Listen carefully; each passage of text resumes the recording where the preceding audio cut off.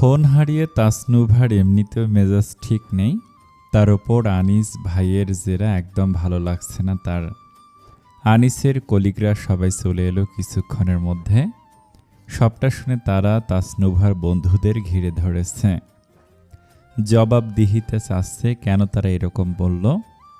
বয়সে তাদের জুনিয়র, কিন্তু কথাবার্তা কি সিরি সরিনা বলা অবধি তারা কোথাও যেতে পারবে না।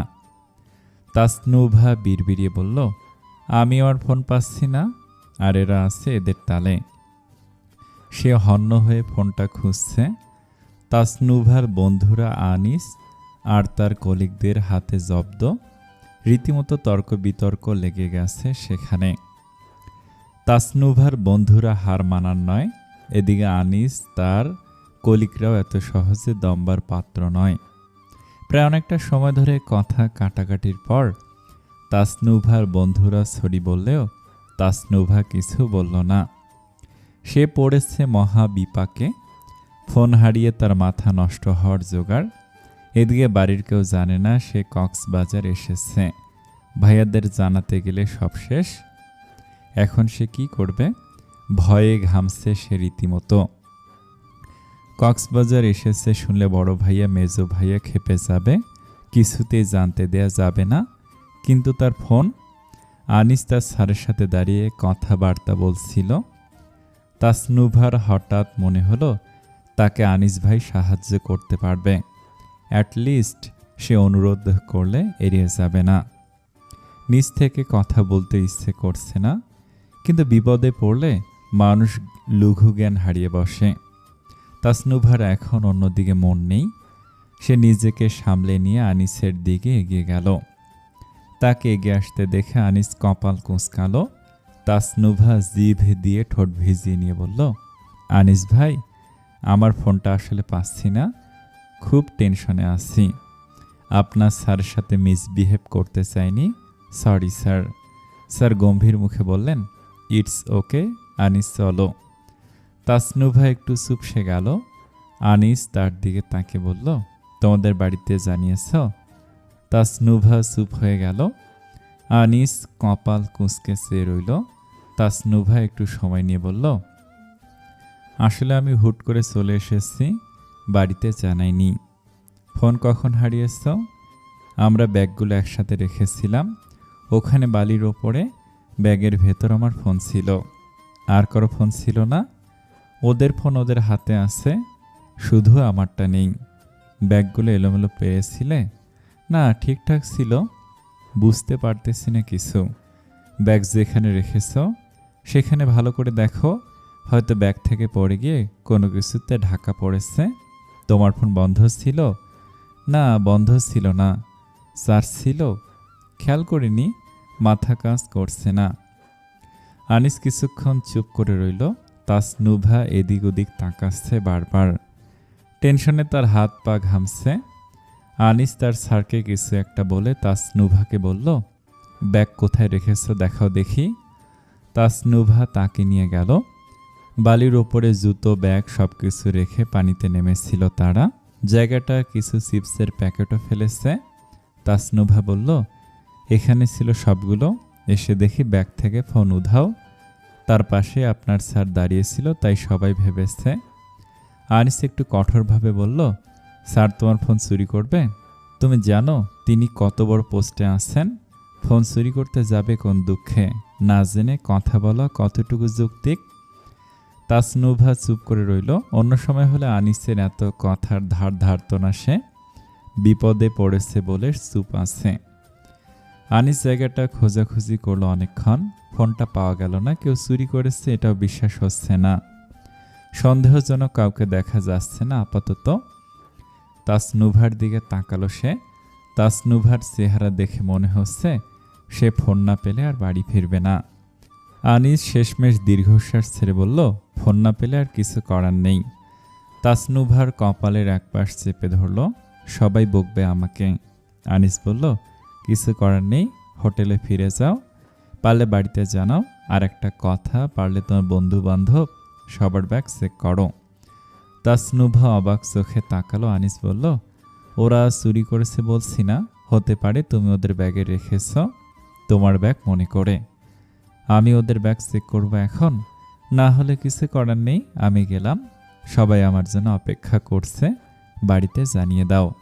তাসনুভা রুক্ষ স্বরে বলল, আপনার সাহায্য চেয়েছি বলে মনে হচ্ছে আপনি অনেক দামে উঠে গেছেন। আনিস কিছু বলল না, সোজা চলে গেল। মেয়ে মানুষ মানেই ঝামেলা। তাসনুভাকে ওর বান্ধবীরা টেনে নিয়ে গেল। তাসনুভা এবার কাঁদছে রাগে, দুঃখে, ভয়ে। রাতে অঝরে বৃষ্টি নামলো। শাইনা পুলের ওখানে ছিল তখনও। ভালো লাগছিল বৃষ্টিতে ভিজতে। তাজদার এসে দেখল সে ভিজে গিয়েছে ইতিমধ্যে। আনিসও ছিল সাথে। আনিস এখানে আছে সেটা তৌসিফ জানিয়েছে ফোনে। তারপর দুজনে ফোনে যোগাযোগ করে একত্রিত হলো। ভারী পায়ের শব্দ শুনে শাইনা ফিরে তাকালো। আনিস বলল, কিরে, ওখানে ভিজছিস কেন?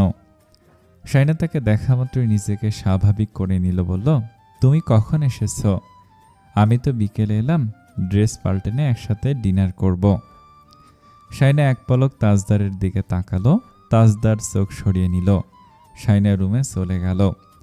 সে শাড়ি পরছিল, ঠিক তখনই তাজদার রুমে ঢুকলো। শাইনা শাড়ির আঁচল কাঁধে তুলে দাঁড়িয়ে রইল, চোখ ফ্লোরে রেখে। তাজদার চোখ সরিয়ে নিজের কাজে মনোযোগ দিল। শার্ট পরতে পরতে কাকে যেন ইচ্ছে মতো বকে যাচ্ছে। শাইনা কিছু বুঝতে পারছে না। শার্ট পাল্টানো দেখে বিরক্ত লাগছে। কয়েক ঘন্টা পরপর শার্ট পাল্টাবে, বেড়াতে এসেও একই কাণ্ড। এগুলো কি ধরনের বদঅভ্যাস? আবারও গর্জে উঠল তাজদার। শাইনা তা শুনে চমকে গেল। কাকে বকছে এভাবে? কথার আগামাথা কিছু বুঝতে পারছে না সে। শার্টের বোতাম ঠিক করতে করতে কানে ফোন চেপে ধরে শাইনার দিকে তাকালো। তাজদার বলল, আশা হোক। শাইনা তার পেছন পেছন বেরোলো। সেখানকার রেস্টুরেন্টে খাওয়া দাওয়া চলল একসাথে। আনিস সবার সাথে তাজদারের পরিচয় করিয়ে দিয়েছে। তাজদার সবার সাথে ভালোভাবে কথাবার্তা বলেছে। আনিসের ভালো লেগেছে সবার সাথে ভালোভাবে গল্প গুজব করছে দেখে। 10 বছর আগের তাজদার সিদ্দিকী হলে এমনটা অবিশ্বাস্য ছিল। তাজদার তাসনুভার ওপর খেপেছে, ইচ্ছে মতো বকেছে। সামনে পেলে কি করবে তাসনুভা সেটা ভেবেই চুপসে গেছে। ডিনার করার জন্য তাকে আসতে বলেছিল, সে ভয়ে আসেনি। জানিয়েছে সে খেয়ে ফেলেছে বন্ধু বান্ধবদের সাথে। কাল দুপুরে খাবে তাদের সাথে। আনিস তাজদারকে বলল, রাগারাগির দরকার নেই, কিন্তু তাজদার শুনছে না। সে তাসনুভাকে আসতে বলছে, না এলে সে নিজেই যাবে। তাসনুভা তার ফোনটা পেয়েছে বান্ধবীর ব্যাগে। আনিসের কথাটা সবার সাথে শেয়ার করেছিল সে। সবাই মিলে যে যার ব্যাগ খোঁজাখুঁজি করতেই তাসনুভার ফোনটা পাওয়া গেল। অথচ তারা 3 ঘন্টা পাগলের মতো ফোনটা খুঁজে বেরিয়েছে। ফোনটা পাওয়ার পর সবাই বসে হো হো করে হাসছে তাসনুভার পাগলামির কথা ভেবে। কিন্তু তাসনুভা এখনো স্বাভাবিক হতে পারছে না। সে না গেলে ভাইয়া এখানে চলে আসবে যদি সবার সামনে সিন ক্রিয়েট করে। খাওয়া দাওয়া শেষে অনেকক্ষণ সবাই মিলে গল্প গুজব করলো। ফোনে কথা বলার জন্য তাজদার একটু দূরে সরে যেতেই সবাই আনিসকে বলল, বোনের জামাই ভালো পেয়েছে। আনিসও কথাটায় দ্বিমত পোষণ করেনি। তাজদার সিদ্দিকী নিঃসন্দেহে ভালো, কিছু অভ্যাস ছাড়া। ছোট থেকে গরিব দুঃখী মানুষ পছন্দ করত না। দুঃখীরা পাড়ায় ভিক্ষা চাইলে সে তাদের দূর দূর করে তাড়িয়ে দিত। কাউকে পছন্দ না হলে তাকে আশেপাশেও দেখতে চাইত না। তার বাপ চাচার সাথে ঝগড়াঝাটি হলে সেখানে সে মাতব্বরি দেখাতো। তার বাপ চাচাকে ভয় না পেলেও মানুষ তাকে ভয় পেত। বড় হওয়ার পর অনেক পরিবর্তন এসেছে যদিও। আগের মতো থাকলে সে বিয়েতে জীবনও রাজি হতো না। আগে যা হয়েছে তা বাদ, এখন শুধু তার বোনটা ভালো থাকলেই হলো। শাইনা চুপচাপ বসে আছে। সে তিতলির সাথে কথা বলছে হোয়াটসঅ্যাপে। তাজদার এখনো গল্পে মেতে আছে আনিস আর তার কলিগদের সাথে। আলোচনা চলছে রাষ্ট্রীয় কাঠামোর ঘাটতি আর কর্পোরেট জবের নিষ্ঠুর বাস্তবতা নিয়ে। তাজদার মাঝে মাঝে একটু গম্ভীর মুখে মাথা নেড়ে নিজের মত দিচ্ছেন। ঠিক তখনই একটা ফোন এলো। তাজদার একটু সরে গেল। আনিস কলিগদের যেতে বলে শাইনাকে নিয়ে তাজদারের পিছু পিছু গেল। তাসনুভা ভয়ে ভয়ে ভাইয়ের সামনে এসে দাঁড়িয়েছে। তাজদার তার দিকে কাঠ কাঠ গলায় কয়েকটা প্রশ্ন ছুড়ে দিল। কোনো ভদ্রলোকের মেয়ে এভাবে বাড়িতে না জেনে ঘুরতে আসে? তাসনুভা কাঁপছে রীতিমতো, লজ্জা পাচ্ছে শাইনা আর আনিসের সামনে। মাথা নামিয়ে দাঁড়িয়ে রইল সে। তাসনুভার একজন বান্ধবী বলল, ভাইয়া আমরা সবাই মিলে ওকে ট্রিট দিয়েছি, ওর জন্য সারপ্রাইজিং ছিল ব্যাপারটা। জাস্ট শাট আপ, সব নির্লজ্জে একসাথে হয়েছে, আবার বড় বড় কথা। তাসনুভা তার বান্ধবীকে চোখের ইশারা যেতে বলল। অপমানিত হয়ে সবাই কিছুটা দূরে সরে গিয়েছে। ফিসফাস করছে, নুভার এই মেজো ভাইটা আস্তে একটা খাটাস। সবাই শাইনাকে দেখে বলল, বউ ভালো পেয়েছে। আরেকজন বলল, মেয়েটার কপাল খারাপ, এরকম বর মানেই জীবন তেজপাতা। তাজদার ফোনে কাউকে ডাল করছে। তাসনুভার দিকে আগুন দৃষ্টিতে তাকে বলল, তোমার বাহাদুরি বের করছি আমি। তাসনুভা ফোনের দিকে তাকে বলল, আর কখনো এমন হবে না, আব্বু শুনলে আমাকে। কষে একটা চর পড়ল তার গালে। শাইনা আনিস দুজনে কেঁপে উঠল।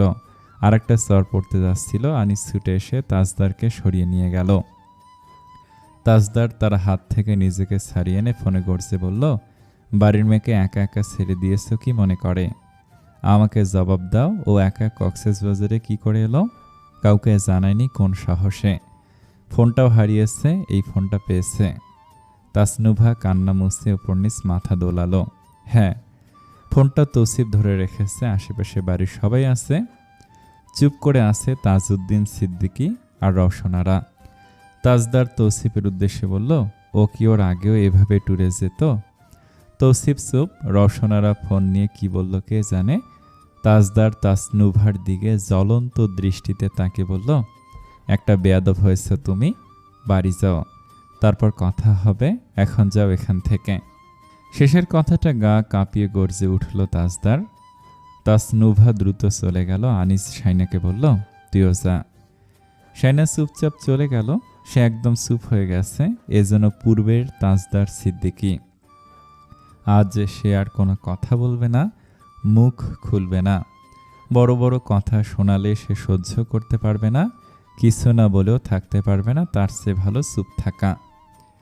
তাজদার তার পিছু পিছু লম্বা লম্বা পা ফেলে এগিয়ে এলো। শাইনাকে ডিঙিয়ে রুমে ঢুকল। শাইনা আয়তুল কুরসি পড়ছে মনে মনে। সে চুপি চুপি হেঁটে রুমে ঢুকল। বিছানায় উঠে আরাম করে শুয়ে রিমোট চেপে টিভি অন করবে, তখনই তাজদার আঙুল তুলল। আর একটা আছে টিভি দেখার তালে, টিভি বন্ধ, টিভি ছাড়লে সেটা মাথায় তুলে আছাড় মারব। শাইনা তখনই টিভি বন্ধ করে দিল, রিমোটটা রেখে দিয়ে পাশ ফিরে শুয়ে পড়ল। তাজদার রায়হানের সাথে কথা বলছে। শাইনা অবাক হচ্ছে, বড় ভাইয়ের সাথে মানুষ এভাবে কথা বলে? তার মেজো ভাইয়া এখনো বড় ভাইকে কত সমীহ করে, আর এই লোকটা। শাইনা কখন যে ঘুমিয়ে পড়ল নিজেও টের পায়নি। হঠাৎ বিকট শব্দ হতেই দেখল তার পাশে লম্বা করে পা টেনে শুয়েছে তাজদার সিদ্দিকী। পিঠের নিচে বালিশ রেখে হেলান দিয়ে বসেছে। টিভির সাউন্ড বাড়িয়ে দিয়েছে। শাইনা বালিশটা তুলে কানের উপর চাপা দিল। তাজদার সাউন্ড আরও বাড়িয়ে দিয়ে মনোযোগ দিয়ে নিউজ দেখছে। শাইনা তার দিকে কিছুক্ষণ এক দৃষ্টিতে চেয়ে রইল। তারপর বিরক্ত হয়ে বলল, জার্নি করে এত দূর এসেছি, একটু শান্তিতে ঘুমাতেও পারছি না। আপনি কি কারো ভালো মন্দ বলছেন না? তাজদার টিভির সাউন্ড একটু কমালো না, কথাটা যেন সে শোনেনি। শাইনা তার হাতের মুঠোয় থাকা রিমোটটা ধরতে তাজদার তাকে আচমকা ঠেলে বিছানায় ফেলে দিল। শাইনা সরে এসে বিড়বিড়িয়ে বলল, ছোট লোককে আবার যখন তখন ছুতে সমস্যা নেই, কি বললে? শাইনা শান্তভাবে বলল, স্পষ্ট শুনেছেন কি বলেছি? তুমি নিজেকে ছোট লোক বলে দাবি করছ? শাইনা রিমোট কেড়ে নিয়ে টিভি বন্ধ করে দিল। তারপর শুয়ে পড়তে পড়তে বলল, হ্যাঁ, সেটা আপনি বলেছেন। ছোট লোকের সাথে এক বিছানায় ঘুমান ভেবে আপনার লজ্জা হওয়া উচিত। আমার তো অসম্ভব ঘৃণা হয় আপনার মুখে ছোট লোক শুনেও আপনার সাথে ঘুমাতে। কয়েকদিন পর বলবে অমুকের বাচ্চার মেয়ে। পরিচয়টা আমার কাছে লজ্জার, আপনি জ্ঞানী মানুষ হলে বুঝবেন, আর বেশি বলবো না। তাজদার সিদ্দিকী তাকে ঠেলে বিছানা থেকে ফেলে দিল। শাইনা বিপদের আশঙ্কা বুঝে তার পিঠের শার্ট চেপে ধরে গলা ধরে ফেলেছিল, ফলস্বরূপ তাজদারকে নিয়েই পড়ে গেল একসাথে। আঘাত বেশি শাইনাই পেয়েছে, চ্যাপটা হয়ে গেল সে তাজদারের বুকের নিচে। কোমরটা মনে হচ্ছে গেল। মাথার নিচে তাজদার সিদ্দিকী শক্ত হাত ছিল, তাতে ব্যথা আরো বেশি পেয়েছে সে। তাজদার তার মুখের দিকে তাকালো। শাইনের নাক কাঁপছে, চোখ জলজল করছে। তাজদার তাকে ব্যথায় কোকাতে দেখে তুলে বালিশে হেলান দিয়ে বিছানায় বসিয়ে দিল। এলোমেলো বেনিটা সামনে ঝুলে আছে, মাথায় আর কোমরে ব্যথা পেয়ে ঘেমে উঠেছে সে। বুক ধরফড় করছে, পানি খাওয়া দরকার। সে ফুপিয়ে উঠে আবার নিজেকে শান্ত করাচ্ছে দেখে তাজদার ফুঁসে উঠল। শাইনের দুই বাহু চেপে ধরে তার দিকে মুখ ফিরিয়ে বলল, তুমি এক্স্যাক্টলি কি চাইছো সেটা বলবে? সময়গুলো যেভাবে পার হচ্ছে মনে হচ্ছে বেশি দিন তোমার সাথে আমার থাকা হবে না। আমি মদ খাই, গাঁজা খাই, তোমার আমাকে নিয়ে সমস্যা কি? আমি নেহাতেই তোমাকে পছন্দ করে বিয়ে করেছি, নইলে? শায়না চোখ বন্ধ করে ঠোঁট কামড়ে রেখে ফোপানি আটকাচ্ছে। এতটুকুতেই সে ক্লান্ত। শ্যামলী কি অপেক্ষা করছে জানে না, কিন্তু এই লোকটার সাথে বেশি দিন এভাবে চলতে থাকলে সে মরে যাবে। সে আঘাত পেয়েছে, তার মধ্যে এভাবে চেপে ধরেছে। একটু পানি না দিয়ে সে কি চায় স্পষ্টভাবে বলে দিয়েছে। ওই দিন আবারও বলছে সে কি চায়। তাকে ওভাবে বসে নীরবে কাঁদতে দেখে তাজদার সরে গেল। ঠোঁটের কাছে হাত রেখে পায়চারি করতে করতে শাইনার দিকে বারবার তাকালো। বিয়ের আগে মনে হচ্ছিল সবটা সহজ, খুব সহজ, কিন্তু এখন মনে হচ্ছে বিষয়টা খুব জটিল। শাইনার দিকে এগিয়ে গেল সে একটা কথা বলার জন্য। শাইনা তার দিকে চোখ মেলে তাকালো। ওই চাহনিতে কি ছিল যা তাজদার সিদ্দিকীর পদক্ষেপ থামিয়ে দিল? শাইনা তার দিকে চোখে জল নিয়ে তাকে বলল, দুমুঠো ভাতের আশায় আমি আপনার কাছে আসিনি। দুমুঠো ভাতের বদলে যেদিন সম্মান নিয়ে আসতে পারবেন সেদিন আমার কাছে থেকে স্বাভাবিক আচরণ আশা করবেন, যদি আপনি মানুষ হয়ে থাকেন।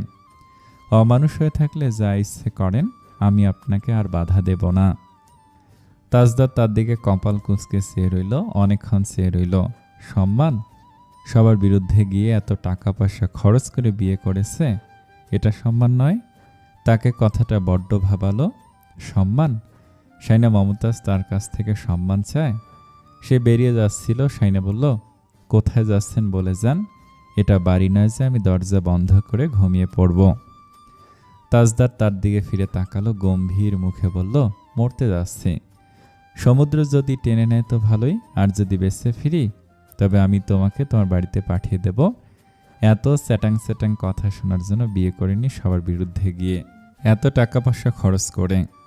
তুমি আমাকে কি মনে করো আমি জানি না। আমি তোমার সাথে স্বাভাবিক হতে চাইছি বলে কাছে ঘেঁষেছি। আজকের পর থেকে আমার পাও তোমার কাছে যাবে না, আমি তোমার মুখও দেখব না, তুমি এখনো আমাকে চেনোনি। বলে সে বেরিয়ে গেল। অনেকটা সময় পার হয়ে গেলেও সে এলো না। শাইনা ঘুম ঘুম চোখে আনিসকে ফোন দিল। আনিস ফোন রিসিভ করলো। হ্যাঁ বল। শাইনা ঢোক গেলে বলল, ভাইয়া তুমি কোথায়? আমি তো শুয়ে পড়েছি। কেন? উনি কোথায় গেল জানি না। কোথায় গেছে বলে যায়নি? শাইনার হঠাৎ করে হাত কাঁপছে। এখন তো ঝড় হচ্ছে, পানিতে কি নামা নিষেধ? আনিস বলল, কিসব বলছিস? এখন বাইরে যেতে দিলি কেন? কোনো কাজে বেরিয়েছে? হ্যালো? শাইনা বলতে বলতে ফোন রেখে বেরিয়ে গেল। জোরে বাতাস বইছে। রাগে দুঃখে তার কাঁদতে ইচ্ছে করছে। এই লোকটা তাড়াতাড়ি লন্ডনে চলে গেলেই ভালো। এত অশান্তি আর নিতে পারছে না সে। তাজদার সিদ্দিকী কোথায় গিয়ে বসে আছে কে জানে।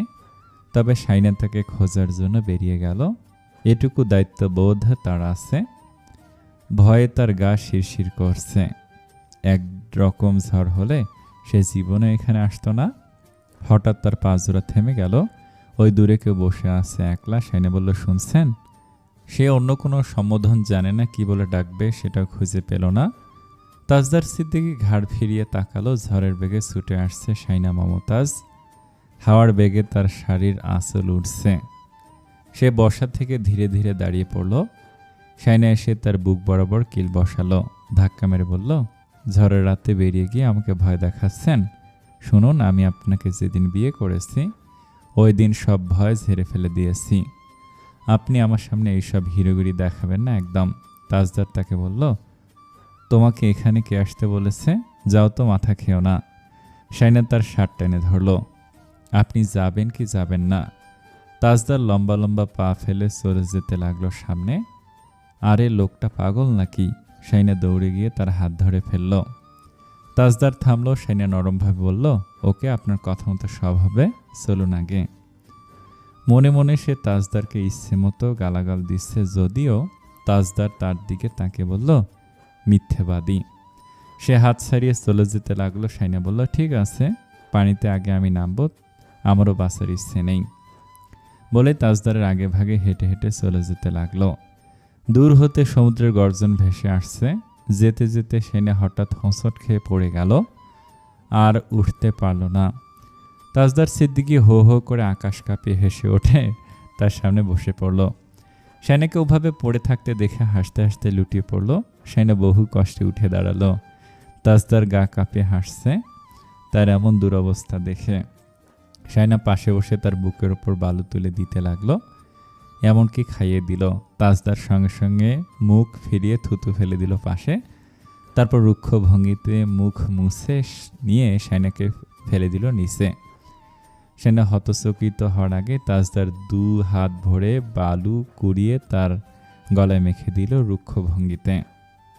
তারপর মুখটা তুলে ধরে ভেজা কাঁপা ঠোঁটের ওপর চেপে ধরল নিজের ঠোঁট। এক ঝটকায় ঢেলে দিল সমস্ত জমাট ক্ষোভ, গম্ভীর নীরবতা, আর একরাশ দাহ করা প্রতিশোধ, প্রতিহিংসা।